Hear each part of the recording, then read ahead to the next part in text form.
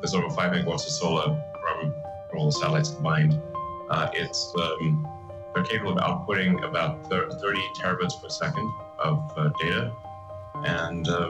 El 5 de junio de 2025, un comunicado sacudió los cimientos del poder tecnológico estadounidense. Elon Musk, el empresario más influyente del siglo XXI, acusó públicamente al presidente Donald Trump de traición y anunció que rompería todos los vínculos contractuales con el gobierno federal. Para muchos fue una declaración alarmante, pero para quienes observaban de cerca, no fue una sorpresa. 3 días antes las acciones de Tesla se habían desplomado más del 14%, eliminando de un plumazo más de $150.000 millones en valor bursátil. Wall Street entró en pánico. Sin embargo, Musk no parpadeó. Aquello no fue un berrinche. Fue una jugada milimétricamente calculada. Mientras los medios estadounidenses debatían el impacto de sus palabras, Tesla ya había iniciado el retiro progresivo de todos sus programas relacionados con el Departamento de Energía. La coordinación con agencias reguladoras fue cortada. Las reuniones de cumplimiento quedaron en el pasado. Y en paralelo, SpaceX dejó de colaborar con el Pentágono. Se cancelaron los informes de satélites militares. Starlink dejó de someterse a revisiones defensivas. Ningún comunicado lo anunció. Solo hubo salidas una tras otra. La crisis no se limitó a lo financiero. El 14 de mayo, Musk compareció ante el Congreso y dejó clara su postura. Si se castiga la innovación en llevaré la innovación a países que aún creen en ella. Ya no se trataba de advertencias. Era una línea trazada con firmeza. Desde entonces las agencias federales no solo han perdido acceso a sus plataformas, sino también a la infraestructura que ayudaron a financiar. Las estaciones de carga de Tesla quedaron congeladas. Los lanzamientos de SpaceX se retrasaron. La cobertura estratégica de Starlink dejó de estar garantizada. Y mientras en Washington intentaban entender la magnitud del golpe, Musk ya había comenzado su reconstrucción, pero no en suelo estadounidense. Su objetivo: países donde la política no pudiera desconectar el enchufe. El detonante más inmediato fue una negativa discreta pero poderosa. A comienzos de 2025, el ejército de EEPUSU solicitó acceso prioritario a la red de Starlink. SpaceX respondió con un rotundo no. La negativa encendió las alarmas en el Departamento de Defensa, que reaccionó de inmediato. SpaceX fue excluida de 3 contratos clave de satélites militares valorados en más de $4.200 millones. Los proyectos pasaron a manos de gigantes tradicionales como Raytheon y Boeing.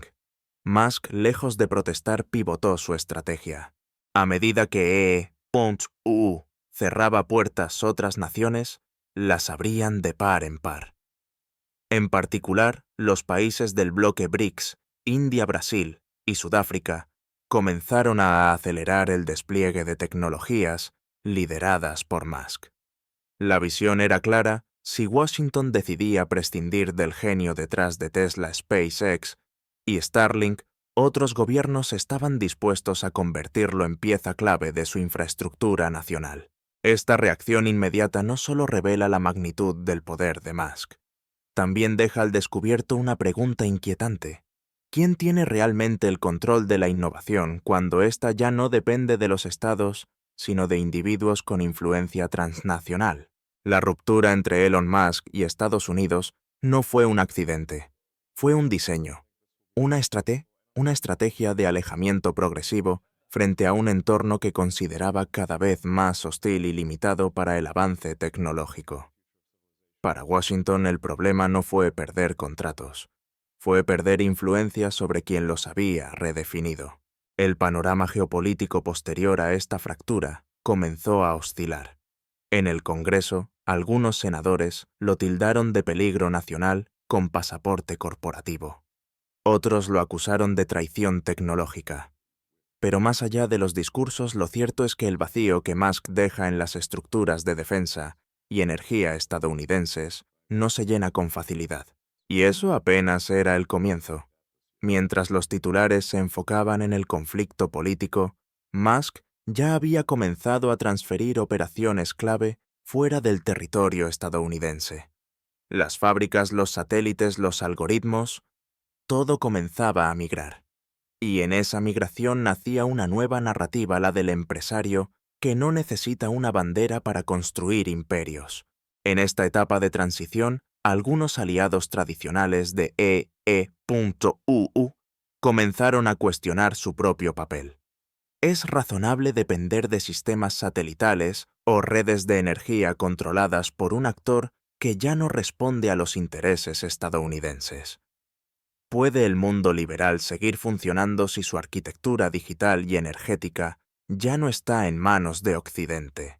El fenómeno Musk, en este punto, dejó de ser un simple caso de deslocalización tecnológica.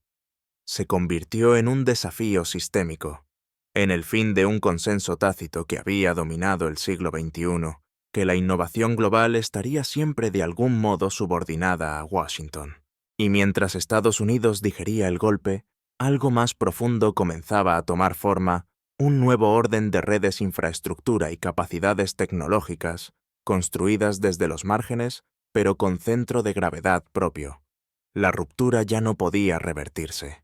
La pregunta ahora era otra.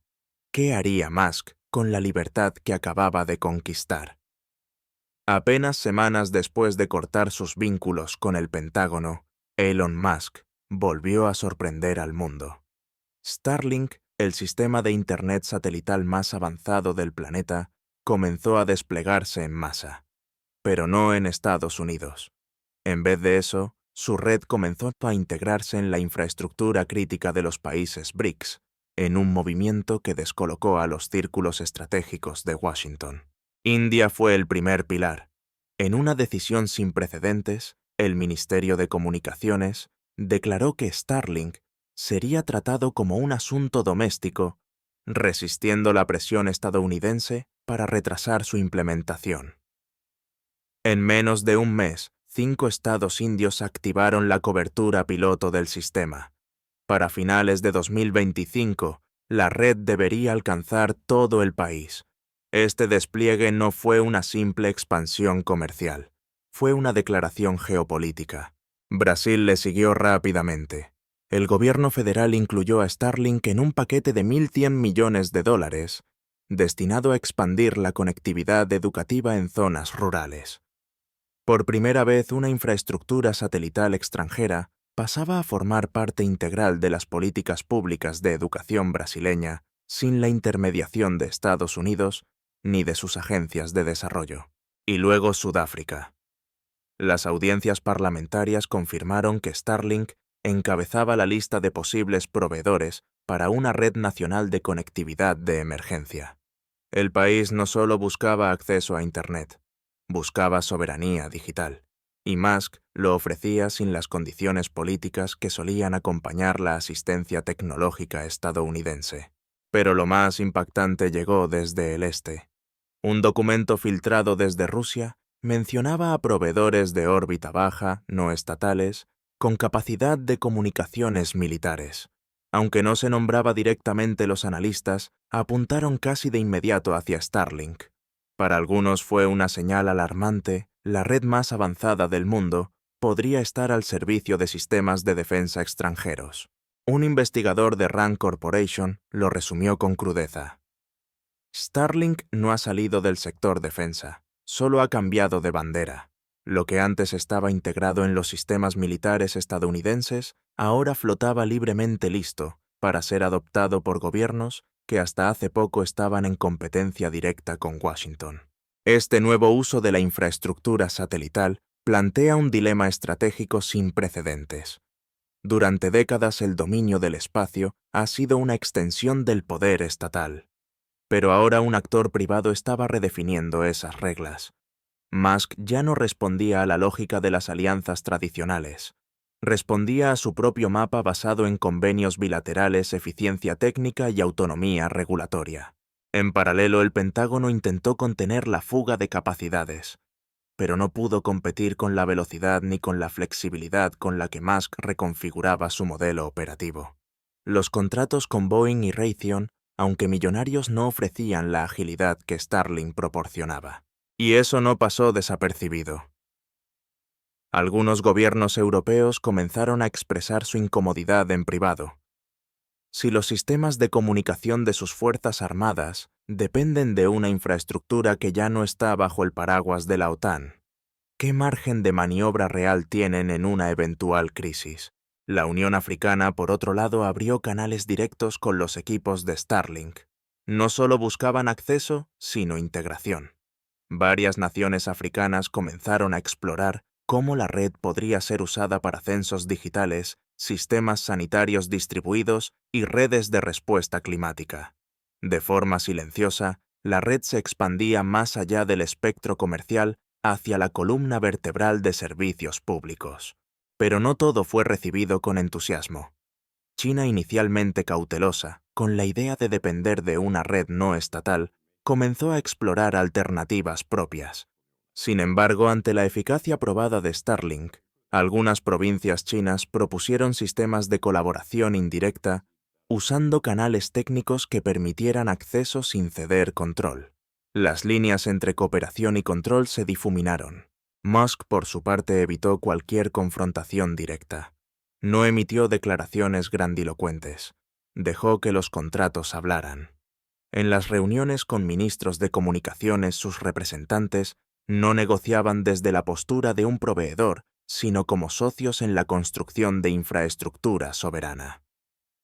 Esa narrativa fue clave para penetrar territorios históricamente celosos de su autonomía digital. La Agencia Espacial Europea, mientras tanto, inició una revisión sobre el papel que Starlink debería jugar en sus programas satelitales. Algunos comisarios lo veían como una amenaza a la independencia tecnológica del continente. Otros lo consideraban inevitable. Puedes intentar competir, pero hoy por hoy nadie tiene su capacidad de despliegue, admitió un funcionario alemán. En medio de esta expansión, surgió una nueva pregunta. ¿Qué pasaría si Starlink decidiera desconectar regiones enteras por razones comerciales o estratégicas? Al estar fuera del marco de regulación estadounidense, ya no existía una autoridad clara que mediara en esas decisiones. La red más potente del mundo ahora era también la más impredecible, y sin embargo su atractivo seguía creciendo. Para muchos países en desarrollo, Starlink no representa una amenaza, sino una tabla de salvación. Les ofrece acceso a la economía digital global sin necesidad de pasar por los filtros de Washington, Bruselas o Pekín. Esa descentralización para algunos es libertad, para otros es caos. Lo cierto es que en menos de 6 meses, Elon Musk había convertido su red satelital en un actor diplomático. Starlink ya no era solo tecnología, era influencia, y los países estaban dispuestos a pelear por tenerla. Pero mientras los satélites orbitaban en silencio sobre nuevas alianzas, otro movimiento se gestaba en tierra firme. Tesla, lejos de reducir operaciones, comenzaba a redibujar su geografía productiva. El siguiente capítulo en esta saga no sería en el espacio, sino en las carreteras y las fábricas del sur global. Mientras Starlink se integraba con sorprendente fluidez en la infraestructura digital de medio mundo, Tesla tomaba una ruta paralela pero igual de disruptiva. Ya no se trataba solo de abandonar el ecosistema regulador estadounidense, sino de construir uno nuevo más ágil, más soberano y sobre todo inmune al vaivén político de Washington. La estrategia fue meticulosa. Nada de cierres abruptos ni comunicados escandalosos, solo silencios, redirecciones y nuevos acuerdos firmados al otro lado del mapa. A partir de marzo de 2025, Tesla comenzó a desmantelar sistemáticamente su participación en todos los programas de subsidios federales para vehículos eléctricos. Ya no habría colaboración con los corredores de carga nacionales ni con los laboratorios de movilidad del Departamento de Energía. Sin embargo, lo que parecía una contracción operativa pronto reveló ser un movimiento de expansión internacional cuidadosamente orquestado. Brasil fue el primero en capitalizar el giro. En abril, el gobierno brasileño firmó con Tesla un acuerdo de infraestructura de $2.300 millones, que incluía una red nacional de estaciones de carga, laboratorios de investigación de baterías y centros de integración con redes eléctricas locales, todo financiado y operado sin ninguna supervisión estadounidense. El Ministerio de Comunicaciones brasileño celebró el convenio como un paso hacia la autonomía energética del siglo XXI. Washington, en cambio, observó con creciente preocupación cómo uno de sus mayores activos tecnológicos se convertía en socio estratégico de potencias emergentes. Pero Musk no se detuvo ahí. En paralelo, Tesla comenzó a desviar sus cadenas de suministro clave hacia países del sudeste asiático y África. Malasia y Sudáfrica se convirtieron en nodos logísticos esenciales. El objetivo era claro: esquivar los cuellos de botella portuarios de EU, y más aún evitar las crecientes restricciones impuestas por las guerras comerciales con China y la Unión Europea. Bloomberg Intelligence publicó un informe revelador: solo en un trimestre, Tesla logró reducir su exposición logística a territorio estadounidense en un 38%. Para un gigante con operaciones tan integradas en Norteamérica, era un cambio radical. Un alto ejecutivo de Tesla lo definió como un firewall no contra hackers, sino contra la volatilidad legislativa. La metáfora del firewall se repitió en los círculos industriales de India y Tailandia, donde Tesla también abrió centros de ingeniería con capacidad de diseño autónomo. A diferencia del modelo tradicional de ensamblaje supervisado desde EEEUU, estas nuevas instalaciones estaban pensadas para operar de forma modular y adaptativa, incluso si se perdía el contacto con la sede central. Para algunos analistas, este modelo prefigura una nueva forma de descentralización corporativa, fábricas soberanas, inteligentes y políticamente blindadas. En este nuevo ecosistema, las normativas de exportación estadounidenses dejaron de ser un freno. La inteligencia artificial, embebida en los sistemas de Tesla, desde la gestión de flotas hasta el almacenamiento energético, comenzó a desplegarse sin restricciones formales, gracias a rutas de implementación que evitaban los controles de uso dual. En lugar de exportar tecnología, Tesla exportaba capacidad de una sutileza legal que dificultaba la acción de los organismos de control. El caso más emblemático fue el de la plataforma Autobidder. Diseñada originalmente para gestionar la carga inteligente de baterías en flotas de vehículos eléctricos, su arquitectura modular la convirtió en una herramienta ideal para equilibrar redes eléctricas a gran escala. En India y Brasil, esa capacidad fue integrada en los centros de control de distribución energética, lo que permitió reducir los cortes de energía en regiones remotas y mejorar la eficiencia del consumo industrial. La maniobra fue magistral. Musk logró que sus algoritmos gestionaran sistemas públicos de energía en países ajenos al bloque occidental, sin que mediara una sola licencia de exportación formal. Y mientras la tesorería de EEOUU iniciaba revisiones sobre posibles violaciones de leyes de control tecnológico, los contratos ya estaban en vigor, firmados por gobiernos que defendían su derecho a modernizarse sin permisos externos. Mientras tanto, el impacto político no tardó en materializarse. Tesla fue expulsada del Foro Federal de Infraestructura de Vehículos Eléctricos. Poco después, xAI, la compañía de inteligencia artificial de Musk, perdió su asiento en el Grupo Nacional de Estrategia de IA. La Casa Blanca se limitó a declarar que había problemas persistentes de alineamiento. Pero la respuesta de Musk fue lapidaria. Desde su red social X publicó: "CDC quiere control que construya su propia infraestructura". No era una frase vacía, era una sentencia, una señal inequívoca de que ya no pretendía participar del diseño tecnológico estadounidense. Él estaba construyendo el suyo propio. Las repercusiones fueron internacionales. En Europa se inició una discusión urgente sobre la sustitución estratégica de proveedores tecnológicos. Alemania y Francia, que durante años apostaron por Tesla como catalizador de su transición energética, comenzaron a buscar alternativas en Asia. Pero ni la eficiencia ni la escala eran comparables. El vacío dejaba huellas difíciles de llenar. Simultáneamente, desde Emiratos Árabes Unidos hasta Indonesia, comenzaron a surgir nuevas alianzas industriales con Tesla. En muchos casos, los acuerdos incluían cláusulas de exclusividad que garantizaban no solo presencia tecnológica, sino soberanía operativa para los países anfitriones. Musk, como en los viejos tratados coloniales, ofrecía tecnología a cambio de libertad total para operar. El modelo era claro. Tesla ya no necesitaba ser parte del sistema estadounidense para seguir siendo global.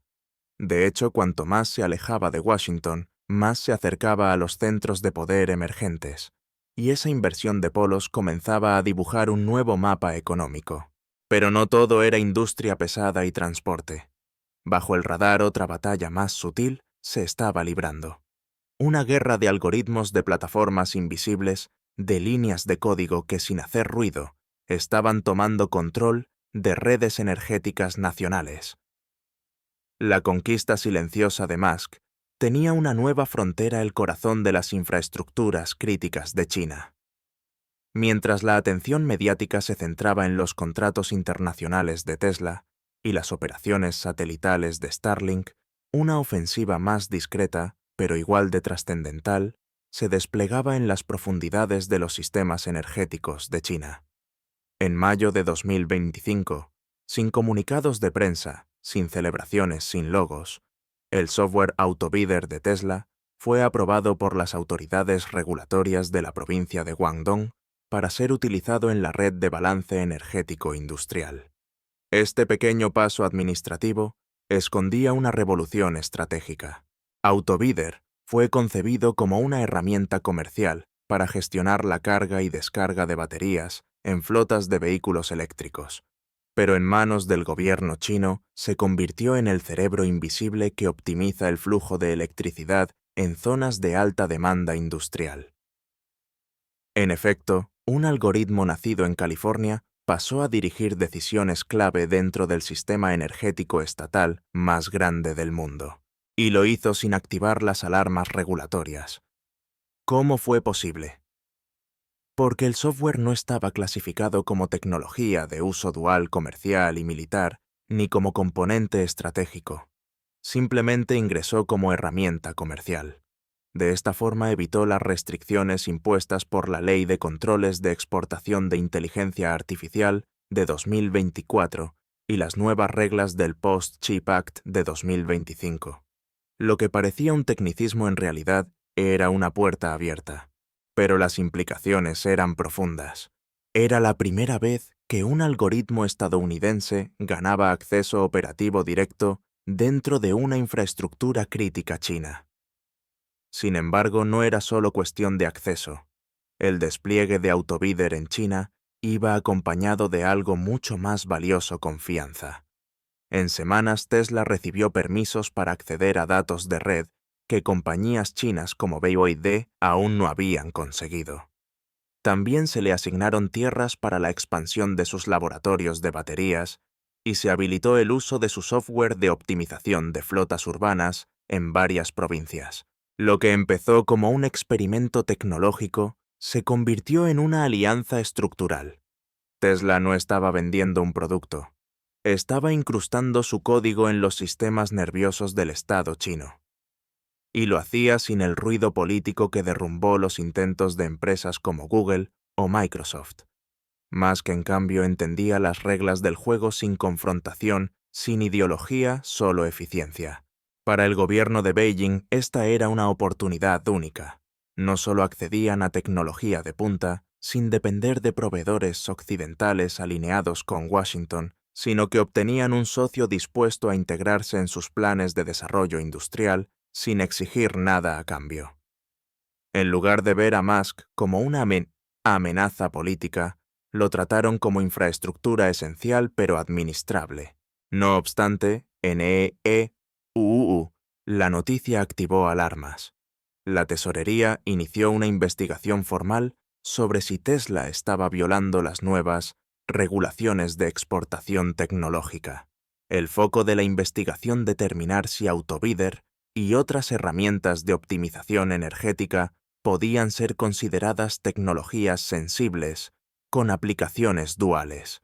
La defensa legal de Musk fue contundente: se trata de software comercial, no de sistemas militares. Pero los expertos en seguridad nacional no estaban convencidos. Un funcionario del Consejo de Seguridad Nacional, citado por Reuters, lo resumió así: esto no se trata de códigos arancelarios, se trata de control estratégico, y China entiende perfectamente el valor de lo que ha adquirido. Las consecuencias políticas no tardaron en llegar. Tesla fue excluida de todos los programas de colaboración tecnológica con el gobierno federal. XNAI, su filial de inteligencia artificial, fue retirada de los comités consultivos de seguridad tecnológica. La ruptura ahora sí era total. Pero mientras Washington expulsaba a Musk de sus estructuras, otras capitales lo recibían con entusiasmo. En Anhui, Tesla fue invitada a codirigir un laboratorio público-privado de investigación en movilidad eléctrica con subsidios estatales que compensarían las pérdidas provocadas por las sanciones estadounidenses. En provincias como Sichuan y Hubei, los gobiernos regionales facilitaron el acceso a redes de datos y flotas piloto para pruebas en entornos urbanos. Musk no solo era bienvenido, estaba siendo potenciado. Y lo mismo comenzaba a replicarse en otros países. En Emiratos Árabes Unidos, XPO-YAI comenzó a instalar centros de datos con permisos excepcionales de uso energético. En Sudáfrica, Tesla fue incluida en el Comité de Planificación de Redes Eléctricas Rurales. En India, sus algoritmos ya controlaban sistemas de carga en horarios escalonados para evitar apagones en ciudades de más de 5 millones de habitantes. Una nueva capa de infraestructura global, invisible y algorítmica, estaba tomando forma. No tenía logos, no tenía bandera, solo tenía líneas de código insertadas en sistemas públicos de países que ya no respondían a las alianzas tradicionales. Lo que diferencia esta expansión de los modelos anteriores es su profundidad. No es simplemente comercializar productos o abrir plantas. Es establecer presencia técnica dentro de sistemas operativos, críticos, redes eléctricas, transporte público, centros de datos, gestión logística. Y todo ello sin depender de ninguna arquitectura geopolítica occidental. Las potencias tradicionales comenzaron a darse cuenta tarde, mientras diseñaban estrategias para contener a China o regular el poder de las Big Tech. Musk ya había hecho ambas cosas irrelevantes. Había cruzado las fronteras invisibles del poder mediante su capacidad de ejecución, su velocidad negociadora y su ausencia calculada de ideología política. En efecto, lo que Musk construía no era una empresa global. Era una capa paralela de infraestructura estratégica. Una capa que no le debía explicaciones a Washington ni a Bruselas, ni a ninguna capital tradicional del poder occidental. Una capa que hablaba directamente con los estados. Mientras tanto, el gobierno estadounidense comenzó a preguntarse si aún tenía herramientas para contener a un actor así. ¿Puede una democracia regulada limitar a un empresario cuya red opera más rápido que cualquier diplomacia? ¿Puede un Estado soberano recuperar influencia sobre una infraestructura que ya ha cambiado de manos, no por venta sino por inserción digital? La siguiente etapa ya no sería sobre contratos o permisos, sería sobre arquitectura de poder, porque el código al final no necesita pasaporte, solo necesita acceso, y en ese acceso, Musk ya llevaba ventaja. Pero lo más inquietante aún, estaba por revelarse: todos estos sistemas, desde satélites hasta algoritmos energéticos, comenzaban a conectarse entre sí. No como fragmentos dispersos, sino como un todo funcional, como un sistema paralelo. A mediados de 2025, Lo que al principio parecía una serie de decisiones empresariales desconectadas, se consolidó en algo mucho más amplio, una arquitectura alternativa de infraestructura global. Elon Musk ya no era simplemente un empresario que operaba en múltiples países. Había construido un sistema, una red funcional interconectada y transversal a las jurisdicciones tradicionales.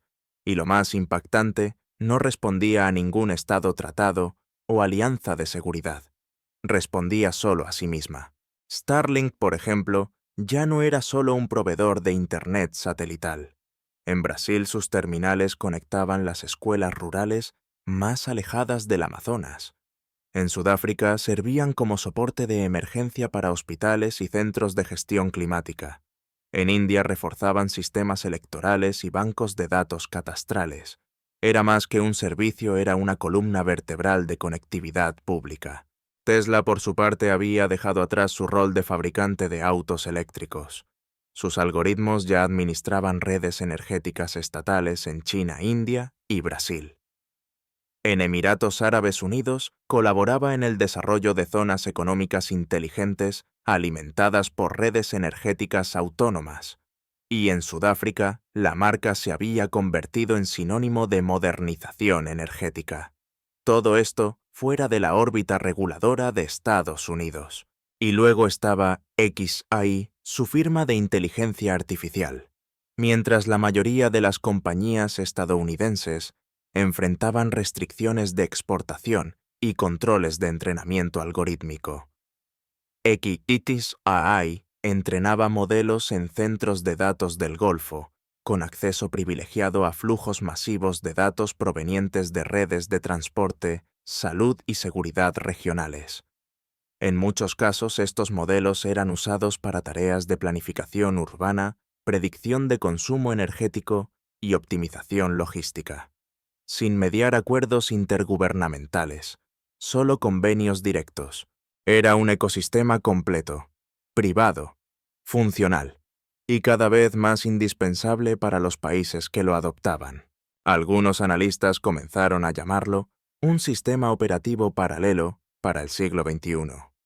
No porque reemplazara a los gobiernos, sino porque los complementaba y en algunos casos los superaba en velocidad, eficiencia y capacidad de adaptación. No se trataba de una red antagónica, sino alternativa.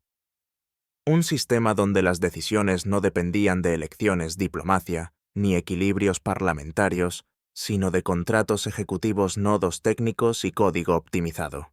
Este sistema Musk ofrecía algo que las potencias tradicionales ya no podían garantizar: inmunidad ante las guerras culturales, rapidez en la ejecución y neutralidad técnica.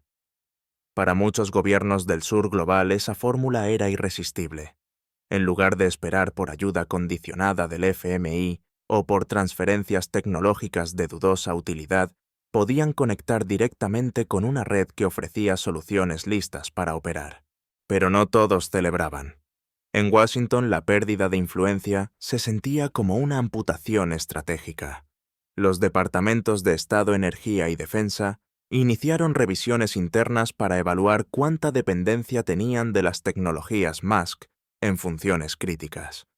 Las conclusiones fueron inquietantes. Desde sistemas de posicionamiento de emergencia hasta análisis logísticos militares, varias capas del aparato federal seguían corriendo sobre tecnología desarrollada por compañías de Musk. Y muchas de esas capas ya no podían ser controladas. Francia, Alemania y Japón también comenzaron auditorías internas. En Bruselas, la Comisión Europea convocó una sesión extraordinaria para analizar la democratización del poder tecnológico global. Uno de los comisarios resumió el nuevo dilema. No estamos frente a un país enemigo. Estamos frente a un proveedor indispensable que ya no comparte nuestros valores. Mientras tanto, Musk seguía expandiendo su presencia. En Indonesia se anunció la construcción de un hub de inteligencia energética. En Nigeria, Tesla comenzó pruebas piloto con redes descentralizadas alimentadas por baterías de litio. En Turquía, Starlink firmó un acuerdo de cobertura total en caso de desastres naturales. Todos estos contratos compartían un elemento común. Estaban diseñados para ser permanentes estructurales difíciles de desmantelar. Y aquí es donde el fenómeno Musk deja de ser un caso empresarial para convertirse en un nuevo paradigma geopolítico. Porque lo que se ha configurado no es solo una red de servicios, es una nueva forma de ejercer poder. Un poder que no necesita votos, ni fronteras, ni banderas. Solo acceso, funcionalidad y lealtad técnica. ¿Quién regula a un actor así? ¿Cómo se le exige responsabilidad a una red que no depende de ninguna soberanía nacional? ¿Puede el derecho internacional adaptarse a un escenario donde el control de los recursos críticos está en manos de una corporación y no de un Estado? Algunos proponen crear un G10 tecnológico para limitar su expansión. Otros sugieren nacionalizar infraestructuras locales que dependen de sus servicios. Pero todos reconocen lo mismo: las herramientas tradicionales de contención ya no son efectivas, y el mundo ya opera en muchos sentidos dentro del ecosistema Musk. El debate ya no es si Elon Musk tiene demasiado poder, es si ese poder puede ser sustituido, porque a diferencia de los imperios clásicos, el de Musk no se basa en la fuerza ni en la ocupación, se basa en utilidad, en resolver problemas reales de forma más eficiente que los estados, en conectar donde otros fallan, en funcionar cuando todo lo demás colapsa. Washington, en silencio, perdió a su tecnólogo más influyente, no por rebeldía, sino por diseño. Y ahora, mientras sus sistemas alimentan redes eléctricas, gestionan datos, optimizan satélites y entrenan inteligencia artificial fuera del radar occidental, el equilibrio de poder ha comenzado a inclinarse, no hacia otro estado, sino hacia un individuo y un sistema. Y la pregunta final no es si este sistema dominará el futuro. La verdadera pregunta es: ¿quién podrá construir uno mejor